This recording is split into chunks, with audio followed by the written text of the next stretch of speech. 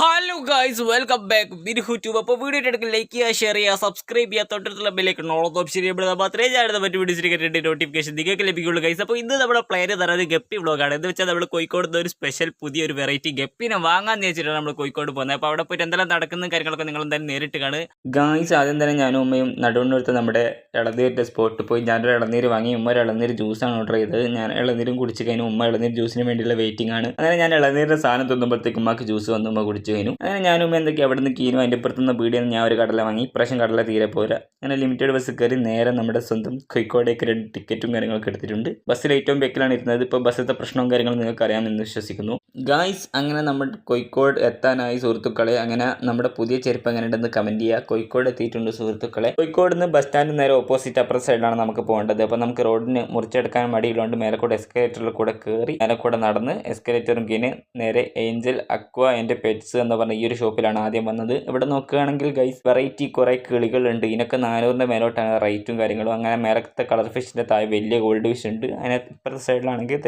ചെറിയ കുറച്ച് ഗോൾഡ് ഫിഷും. അങ്ങനെ നമ്മൾ ഉള്ളിൽ കയറിയപ്പോൾ ഇവിടെ ക്രേ ഫിഷ് ഉണ്ട്. വേറെയും കുറേ വെറൈറ്റി മീൻ, അരോന, മോളി, ഗോൾഡ് ഫിഷിൻ്റെ കുട്ടി, അങ്ങനെ കുറേ. പിന്നെ കോഴിക്കാർപ്പിൻ്റെ കുളം കണ്ടു നിങ്ങൾ ഗൈസ്. അവിടെ നമ്മൾ വിചാരിച്ച ഗപ്പിയില്ല. അപ്പോൾ അതിൻ്റെ ഇപ്പുറത്തുള്ള അടുത്ത ഷോപ്പ് കയറി ഗൈസ്. ഇവിടെ നോക്കുകയാണെങ്കിൽ ഇവിടെയും കുറേ വെറൈറ്റി മീനും കാര്യങ്ങളുണ്ട് ഗൈസ്. ഗൈസ് അപ്പോൾ ഈ ഷോപ്പിൽ നമ്മൾ വിചാരിച്ച ഗപ്പിയില്ല. അങ്ങനെ ആ ഷോപ്പിൽ നിന്ന് നമ്മൾ ഇറങ്ങിയിട്ടുണ്ട്. അവിടുത്തെ ഒരു അക്വരാണിത്. അങ്ങനെ നമ്മൾ റെയിലൊക്കെ മുറിച്ച് കടന്ന് വേറെ റോട്ടിൽ കൂടെ ബീച്ചിലേക്ക് ഇപ്രാവശ്യം ആദ്യമായിട്ട് പോവാണ് ഗൈസ്. അങ്ങനെ ഞാനും ഉമ്മയും ദേ ബീച്ചിലോട്ട് നടക്കുകയാണ്. ഉമ്മ പറഞ്ഞ ഇവിടെ 149-ന് മന്തി കിട്ടുന്ന ഒരു ഷോപ്പ് ഉണ്ട്. അവസാനം പീടി എത്തിയപ്പോൾ മനസ്സിലായ നമ്മൾ ന്യൂ ഇയർ വ്ളോഗിലിട്ട് സ്മോക്കൊക്കെ ഉണ്ടായ ഈ ഷോപ്പ് തന്നെയാണ് ഉമ്മ പറഞ്ഞത്. അങ്ങനെ ഇപ്രാവശ്യം നോക്കുമ്പോൾ ബീച്ചിൽ പരിപാടിയും കാര്യങ്ങളും ഉണ്ട് ഗൈസ്. കോഴിക്കോടിൻ്റെ ഏറ്റവും വലിയൊരു പ്രത്യേകത ബീച്ച് തന്നെയാണ് ഗൈസ്. എന്ത് പരിപാടി ഉണ്ടെങ്കിലും ഈ ഒരു ബീച്ചിൽ തന്നെയാണ് വെക്കാറ് ഗൈസ്. എപ്പോൾ നമ്മൾ കോഴിക്കോട് വന്നാലും ഇവിടെ പരിപാടി ബീച്ചിലുണ്ടാവും. അങ്ങനെ നമ്മൾ വുഡ്ലാൻഡ് എന്ന് പറഞ്ഞ ഈ ഒരു ഹോട്ടലിൽ കയറി. ഇത് കയറുന്ന ഭാഗത്തുള്ള ഇരിക്കുന്ന സ്ഥലവും ഇത് ഉള്ളിലത്തെ ഇരിക്കുന്ന സ്ഥലവും, ഉള്ളിലാണ് വാഷ്. അങ്ങനെ നമ്മൾ എന്താക്കി കയറുന്ന ഭാഗത്ത് തന്നെ ഇരുന്നു. അങ്ങനെ 2 ചിക്കൻ ബിരിയാണി ഓർഡർ ചെയ്ത് ഗൈസ്. ഞാനൊരു ഫുള്ളും, ഉമ്മ പറഞ്ഞ ഹാഫ് മതി എന്നാലും ഉമ്മ ഒരു ഹാഫും വാങ്ങി ഗൈസ്. നമ്മുടെ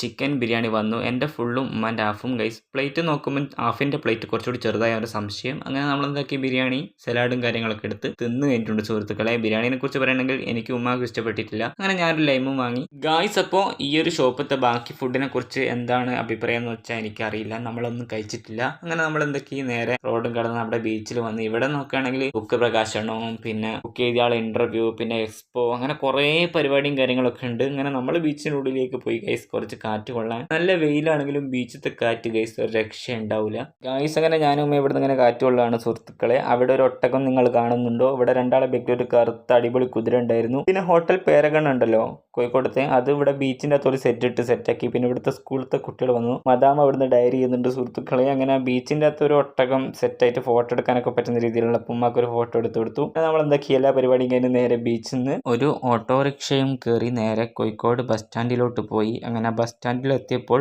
ഓറഞ്ച് ഹോട്ടൽ കൂൾ ബാറിൽ കയറി മമ്മി ഒരു കോഫി ഓർഡർ ചെയ്ത്. എന്നോട് എന്തെങ്കിലും വാങ്ങുന്ന കുറേ പറഞ്ഞത് കൊണ്ട് ഞാൻ എന്താക്കി അവിൽ മിൽക്ക് ഓർഡർ ചെയ്തു. ആദ്യം ഉമ്മാൻ്റെ കോഫി വന്നു, അതിനുശേഷം നമ്മുടെ സ്വന്തം അവിൽ മിൽക്ക് വന്നു ഗൈസ്. അങ്ങനെ അവിൽ മിൽക്ക് നമ്മളൊന്ന് ടേസ്റ്റ് ചെയ്തപ്പോഴാണെങ്കിൽ ഞാൻ മുമ്പ് എവിടുന്നോ കഴിച്ച അവിൽ മിൽക്കിന്റെ ടേസ്റ്റ് മനസ്സിലേക്ക് ഓടിയെത്തി. അങ്ങനെ അവിടുന്ന് കഴിഞ്ഞ് ബസ്സും കയറി വീട്ടിലേക്ക് പോയി. അപ്പോൾ ഗൈസ് ഫൈനലി ഇതായിരുന്നു ഇന്നത്തെ നമ്മുടെ വീഡിയോനെ കുറിച്ച് നിങ്ങളുടെ അഭിപ്രായം കാര്യങ്ങളും കമന്റ് ചെയ്യാൻ മറക്കണ്ട. പിന്നെ ചാനൽ സബ്സ്ക്രൈബ് ചെയ്യാനും കോഴിക്കോടത്തെ വിശേഷങ്ങളൊക്കെ ഇവിടെ കഴിയുന്നു ഗൈസ്. സൈനിങ് ഓഫ് മിൻഹു ട്യൂബ്.